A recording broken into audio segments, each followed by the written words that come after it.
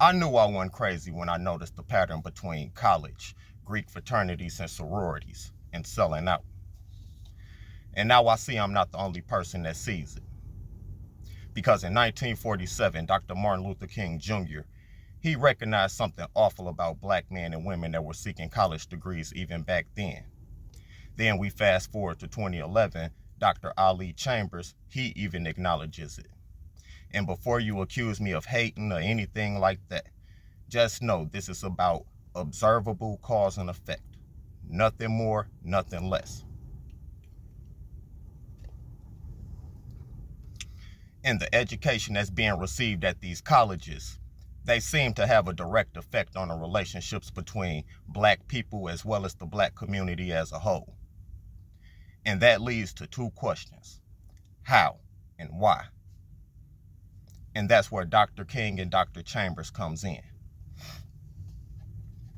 And Dr. Ali Chambers wrote in The Failure of the Black Greek Letter Organization, which you can look up and read for yourself, by the way. And it reads, quote, "Although the Black Greek Letter Organization has served as a safe haven for black thought and allowed for new attitudes regarding the future of the black community, these organizations were conceived within Western culture, which people seem to forget, which over time reflected the views of a racist society and thus became a hindrance to the furtherance of the black community. In this respect, the Black Greek Letter Organization became a cultural incubator which mirrored the white community's preoccupations, prejudices, and desires. As a result of this, the Black Greek Letter Organization became an oppressive organization that was used to suppress African characteristics and uphold the ideals of white supremacy." Unquote.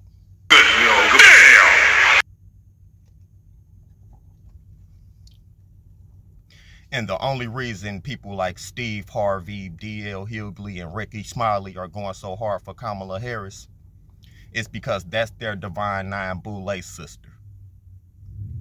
Remember, Steve Harvey said Omegas run black radio. And him, Ricky Smiley, and D.L. Hughley are all Q-dogs.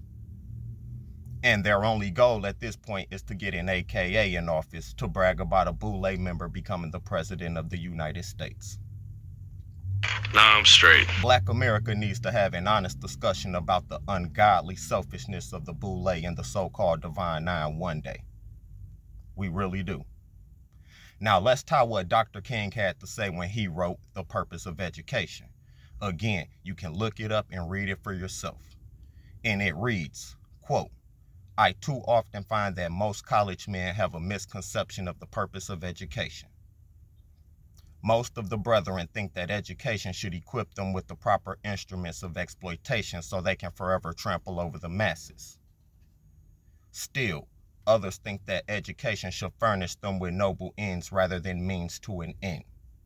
Unquote. Again, these are not my words. I didn't say that black people were going to college just so they can get the required instruments of exploitation that would allow them to exploit and trample over the masses. Nope, those aren't my words. Dr. King said it.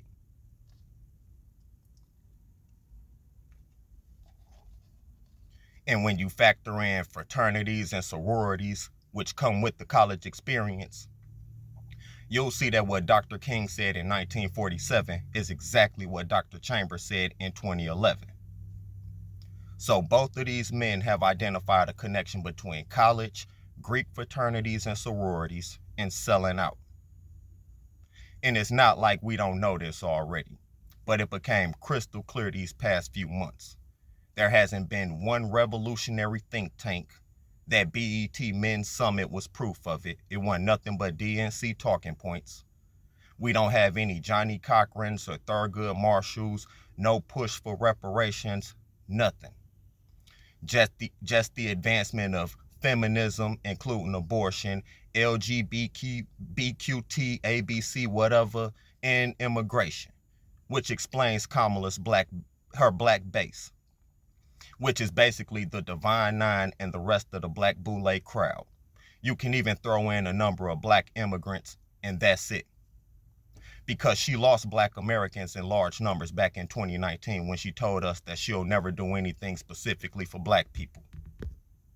So I'm not going to sit here and say I'm going to do something that's only going to benefit Black people. No. So she was never getting some of our vote to begin with. Think of all the Black churches, Black radio hosts, Black celebrities, and Black news pundits.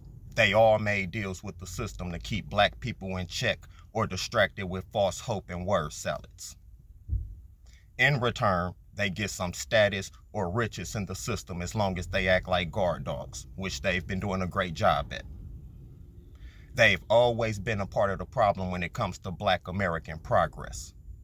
So how can a source of the problem be the solution when they haven't even openly repaired the damages that they've caused by their own behaviors? And I'm not here to sit up and dump on your hard-earned degree, your job success, or lack thereof, or anything else. My goal is to call out spiritual wickedness in high places. Peace. And at the Philadelphia Museum of Art, another celebration. Members of the Alpha Kappa Alpha sorority organized this event. They honored fellow member, Vice President-elect Kamala Harris, the first woman and the first person of color to serve as vice president. To tell you something right here that could be very historic, and Kay pointed this out to me.